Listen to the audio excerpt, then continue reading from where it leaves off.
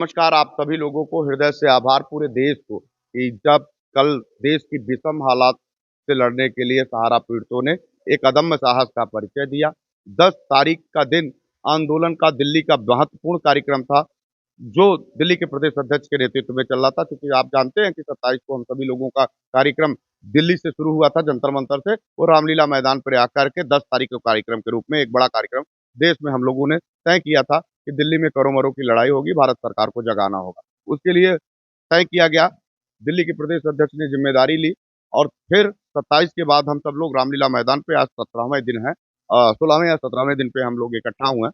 आज 10 तारीख को कार्यक्रम के सफल आयोजन के लिए आप सभी देशवासियों को, और खास तौर पे यहाँ पे सभी क्रांतिवीर साथियों को, जिन्होंने अदम्य साहस का भी परिचय दिया, चाहे वो ठंडक हो या पुलिस की बर्बरता या अत्याचार, उन सबको सहा और देश के पीड़ितों की आवाज को बुलंद किया।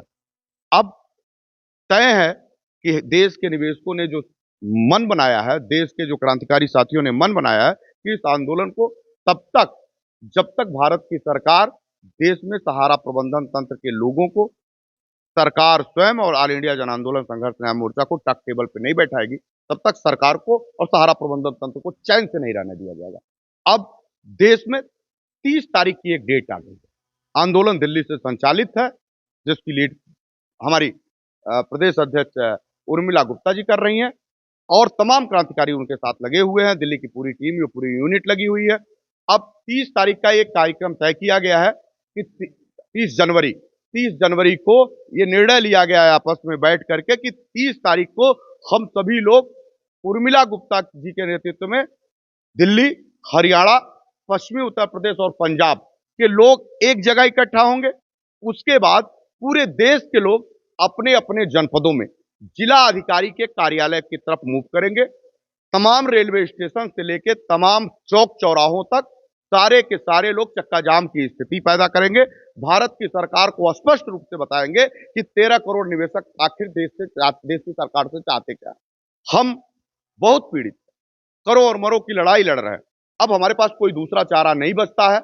हम सभी लोगों ने संवैधानिक तरीके से सारी बातें देश की सरकारों तक बताने का निर्णय लिया था।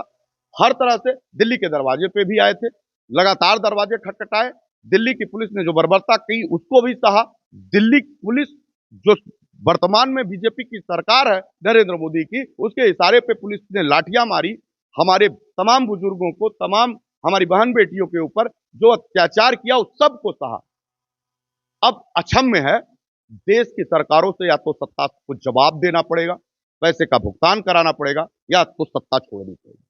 13 करोड़ निवेशक के 65 करोड़ के परिवार, बीवी बच्चे समेत अब सड़कों पे निकलेंगे, चौक चौराहों को जाम करेंगे, जब तक देश के निवेशकों का भुगतान नहीं होता।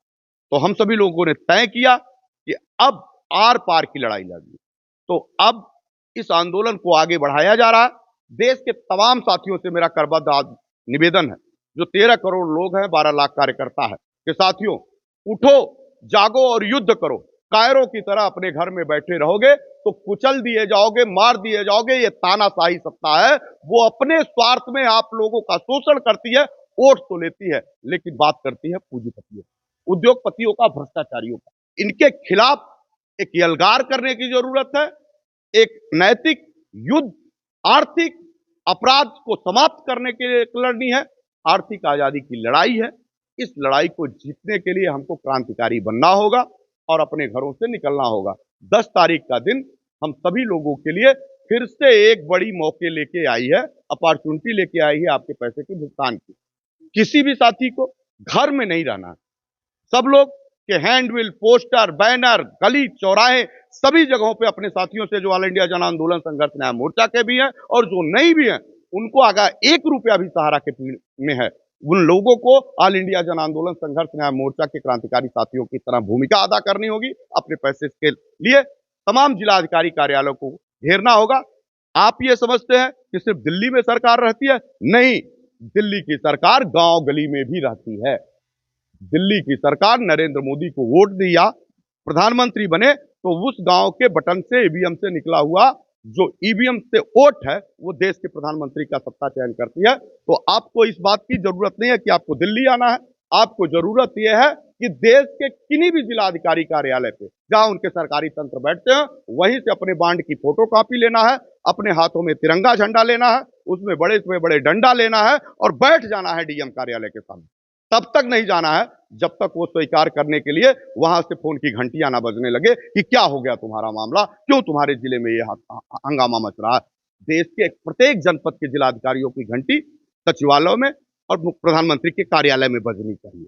ये आपकी जिम्मेदारी है, ये आपकी जिम्मेदारी है। तो निकलिएगा। हम लोग आज से संकल्प लिए हैं कि 30 तारीख तक बैठेंगे नहीं।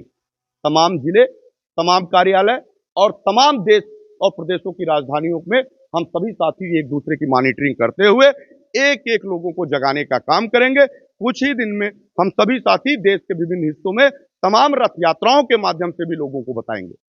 एक बड़ी टीम हमारी निकलेगी, हर प्रत्येक जनपदों में निकल करके हम पूरी ताकत के साथ इन जन जागरण अभियान को पूरा भी करेंगे और पुनः 30 तारीख को हम हमारी नेशनल टीम, हमारी जो उर्मिला गुप्ता जी हैं प्रदेश अध्यक्ष, उनके साथ दिल्ली के जंतर मंतर पे बैठेगी।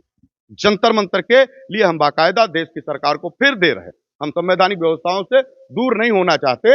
हमको वो फिर कही कि हमको परमिशन नहीं है, हालांकि हमने परमिशन लिया था। अब परमिशन वो फिर कैसे देती है, देगी या नहीं देगी, मैं फिर कह रहा हूं, हम सूचना देंगे, देना उनका काम है।